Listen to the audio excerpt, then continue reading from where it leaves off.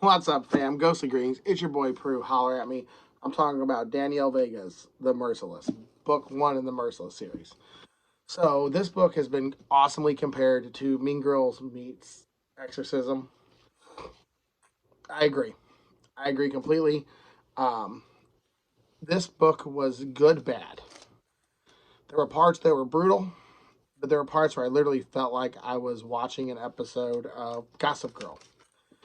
Well, I don't watch Gossip Girl, but you know what I'm saying? I felt like I was written. This is YA. I gotta start steering clear from YA. YA just may not be for me. I'm almost 40. Come on, of course YA is not for you. Grow up. But I do like some YA, and I don't know how I feel about this. So before, if you can't stay for the whole video, C plus. You're okay with a little YA-ish writing, and you like some pretty brutal scenes with supernatural content. This is awesome. But let's talk about this.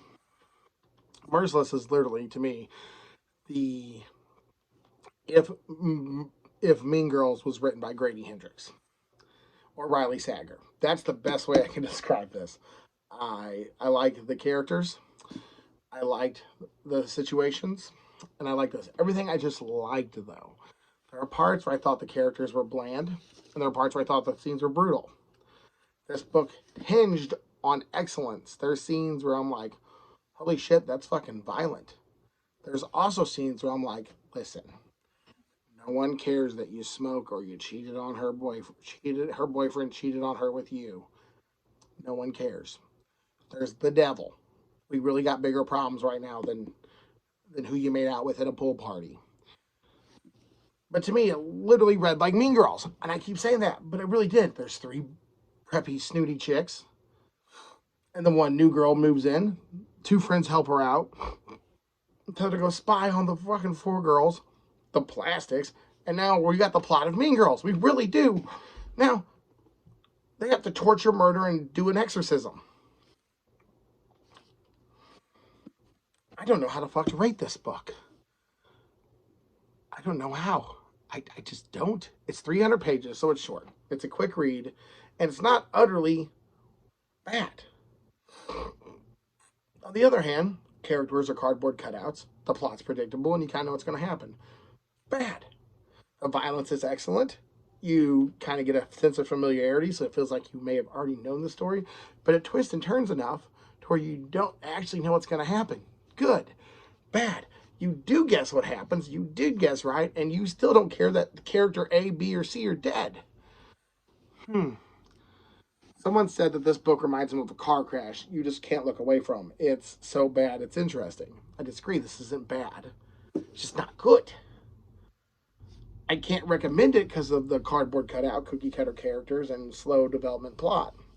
I can recommend it because I like the violence and I like the exorcism part, and all the characters did represent a part of me from high school if I was a popular teenage girl. You all knew the cliques, you all knew exactly. So it wasn't terrible. It wasn't good. I don't know. I don't know. But your main protagonist slash antagonist shows up at school, meets the popular kids. Turns out there's a dead cat. Supernatural shit happens. Book two starts.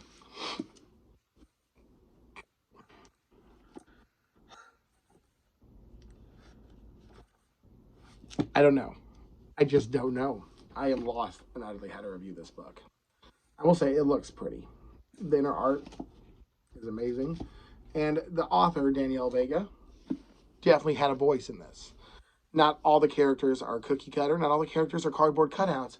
And actually, some actual social topics came up, and it didn't really challenge me as a reader, because, like I said, this is why, but definitely, as a younger reader, would have challenged me.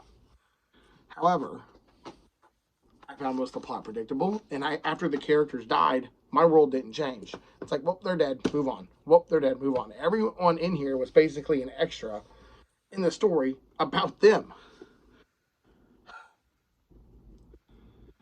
Solid C plus, a quick read. If you love K with YA and you like supernatural stories, this will be right up your alley. If you want more deep, thought-provoking stuff, there's better exorcism stories, there's better devil stories, there's better four corrupt girls are actually bitches stories. This book didn't know what it wanted to be. Was it going to be pop culture or was it going to be like a horror novel? And they try to wrangle them to two. I've never seen it, but a friend of mine, he told me his wife watched Vampire Diaries. And the way he described it was the way I feel about this. High schoolers.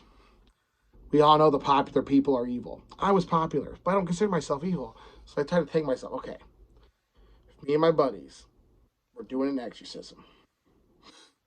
No, it'd be better than this. What? Was this bad? No. Not good. This has been Merciless by Danielle Vega. I'm going to give this one a solid C. If you're okay with YA, the more okay you are with YA to me, the better you're going to be okay with this. Danielle Vega is apparently the queen of YA horror. I might just not have a taste for YA horror. I don't know if that's true, though, because I love R.L. Stine. I love Christopher Pike. I do love some of the slasher Chill River novels and stuff.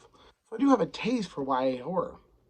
Is it because the main protagonist and all the YA horror I read are males? And I couldn't have my head wrapped around this as a girl's? Or was there two similarities to other stories where I kept connecting dots that weren't there? I don't know.